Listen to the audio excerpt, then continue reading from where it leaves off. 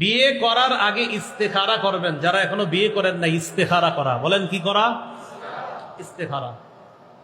সহিহ ইবনে হিব্বান নামে হাদিসের একটা কিতাব আছে, এই কিতাবের 4040 নম্বর হাদিস, মানে 4040 কত হয়? 4040। আর 4040 না 4040, হ্যাঁ এরকমই তো। এই হাদিসের মধ্যে আসছে আবু আইয়ুব আনসারী রাদিয়াল্লাহু তাআলা আনহুর বিয়ের প্রস্তাব আসছে, মানে ওনার বিয়ের কথাবার্তা চলতেছে, নবীজির কাছে গেছে। যেমন আপনাদের অনেকে যখন বিয়ে করবেন মসজিদের ইমাম সাহেব, খতিব সাহেবদের কাছে পরামর্শ নিতে আসেন না? তো নবীজির কাছে গিয়ে জানাইছে, হুজুর আমার তো বিয়ের কথাবার্তা চলতেছে, আমি কি করব? রাসূলুল্লাহ সাল্লাল্লাহু আলাইহি সাল্লাম বললেন, প্রথম কাজ হলো তুমি বিয়ের ব্যাপারটা গোপন রাখো। কি বললেন? বিয়ের ব্যাপারটা বাস গোপন রাখো। আমারে বলছো। এখান থেকে বোঝা যায় আপনি আপনার উস্তাদ বা মসজিদের ইমাম খতিব, যার ব্যাপারে আপনার এতটুকু বিশ্বাস আছে যে হুজুর ব্যাপারটা কাউকে বলবে না, এমন একজন আলেমকে জানাইতে পারেন কথার কথা। নবীজি তার সাহাবী আবু আইয়ুব আনসারী রাদিয়াল্লাহু তাআলা আনহুকে বললেন, প্রথম কথা বিষয়টা গোপন রাখো। দ্বিতীয় কথা বললেন, তুমি ওযু করবা। ওযু করার পর যেই কয় রাকাত নামাজ পড়ো, নামাজ পড়বা, নফল নামাজ পড়বা। পড়ার পর তুমি আল্লাহর কাছে একটা দোয়া করবা, আল্লাহুম্মা ইন্নাকা তাকদিরু ওয়া লা আকদিরু। এটা সহিহ ইবনে হিব্বানের বর্ণনা, বুখারীতে আছে, আল্লাহুম্মা ইন্নী আস্তাখিরুকা বিইলমিক ওয়া আস্তাকদিরুকা বিকুদরাতিক।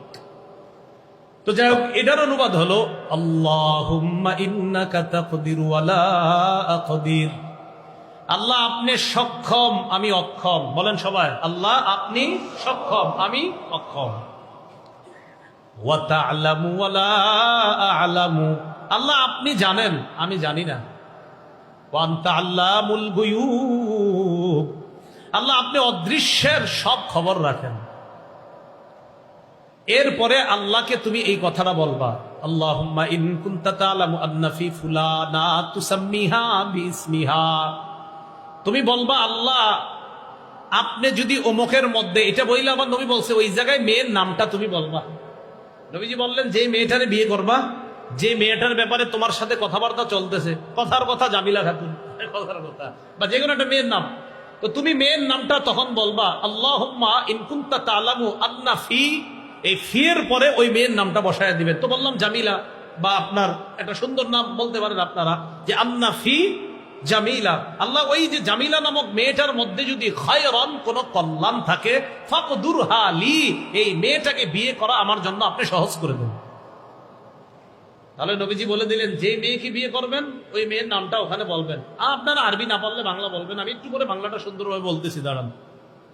আর আরবিটা যদি পারেন মুখস্থ করে নেবেন, আল্লাহুম্মা ইন্নাকা তাকদিরু, আল্লাহ আপনি সক্ষম, ওয়ালা আকদিরু, আমি অক্ষম, ওয়া তা'লামু, আপনি জানেন, ওয়ালা আ'লামু, আমি জানি না, ওয়া আনতা আল্লামুল গুয়ুব, আপনি অদৃশ্যের সব খবর রাখেন। আল্লাহুম্মা ইন কুনতা তা'লামু আন্না ফি ফুলানা, এই ফুলানার জায়গাটায় একটা মেয়ের নাম বসাবেন, যে মেয়েটাকে আপনার বিয়ের কথা চলতেছে।